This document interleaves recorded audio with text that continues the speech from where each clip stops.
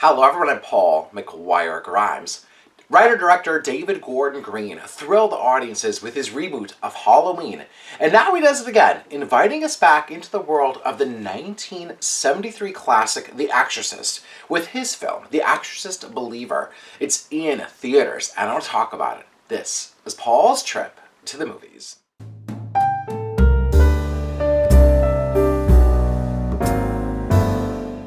50 years have passed since Ellen Burstyn's character, Chris MacNeil, came face to face with the devil after her daughter Regan became possessed.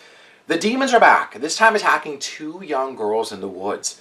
Leslie Odom Jr., who we know and love from Hamilton, stars as Victor Fielding, a single dad raising his teenage daughter Angela, who's played by Lydia Jewett. Now, he's a photographer trying to just give his daughter the best life that he can after his wife died in childbirth.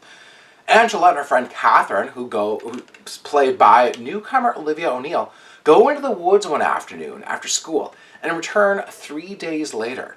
It only gets worse as both girls seem possessed by some evil spirit. Victor turns to Chris MacNeil, who may be the only person who can deliver the help that he needs. The film also stars Anne Dowd as Victor's neighbor, and Jennifer Nettles and Norbert Leo Butz as Catherine's conservative Christian parents. David Gordon Green and his writing team have the daunting task of trying to live up to William Friedkin's masterpiece that just continues to shock audiences to this day. Now, he recently rebooted the Halloween franchise with Jamie Lee Curtis to massive box office success. The Exorcist Believer, though, is a different beast altogether. Green keeps this much leaner than the 1973 film, just given that modern audiences and the horror genre have changed a great deal since that. He sets up the family dynamics really nicely, tapping into the grief that Victor lives in and the love and the support that he has for Angela. He's a man that's lost his faith, as we see in a scene played out between Leslie Odom Jr. and Anne Dowd. And Dowd is just stunning as his neighbor, a nurse who almost joined the convent when she was young. Now, these discussions on losing faith pairs really nicely with Catherine's parents, who are staunch churchgoers who are filled with just enough racism mixed in to shake things up. Now, if the original film was about the Catholic rite of exorcism, Green views this with a 2023 lens where people come at crisis with different beliefs and backgrounds, some clashing with others. Now, the lens and the sense of community and forgiveness lays at the heart of this film versus just the shock value of the exorcism scenes. Leslie Odom Jr. gives a really stirring performance as we watch his character quietly navigate the horrific things happening to his daughter. Now, this movie wouldn't be what it is without Ellen Burstyn back as Chris MacNeil.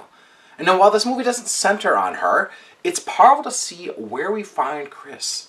Now, the audience, though, may seem divided on her journey, and we do find out what happens to her daughter, Regan. It just provides this film with that emotional spine without relying too heavy on nostalgia or flashbacks.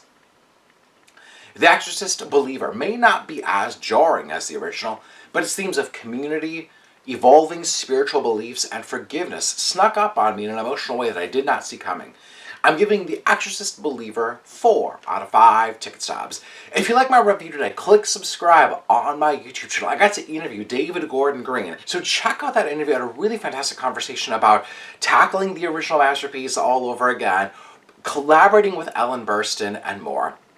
Paul's Trip to the Movies is brought to you by Imagine Theaters. Now, you're going to want to see this on a massive screen, so follow them on social media at Imagine MN. You can get tickets on their app, and tickets are available for my movie series, Paul McGuire Grimes Presents. Coming up October 22nd is Zodiac, David Fincher's grisly true crime film, and in November, it's The Big Chill. Coming up in December, we're going to close out the year with the Judy Garland classic, Meet Me in St. Louis. Now, we've had some really fun discussions afterwards, so I would love to see you there. Get tickets before they sell out. Paul's Trip to the Movies is also brought to you by Popcorn. Now, visit their website, place an online order in advance. It's really easy, and then you can just pick up the popcorn when you stop into the store.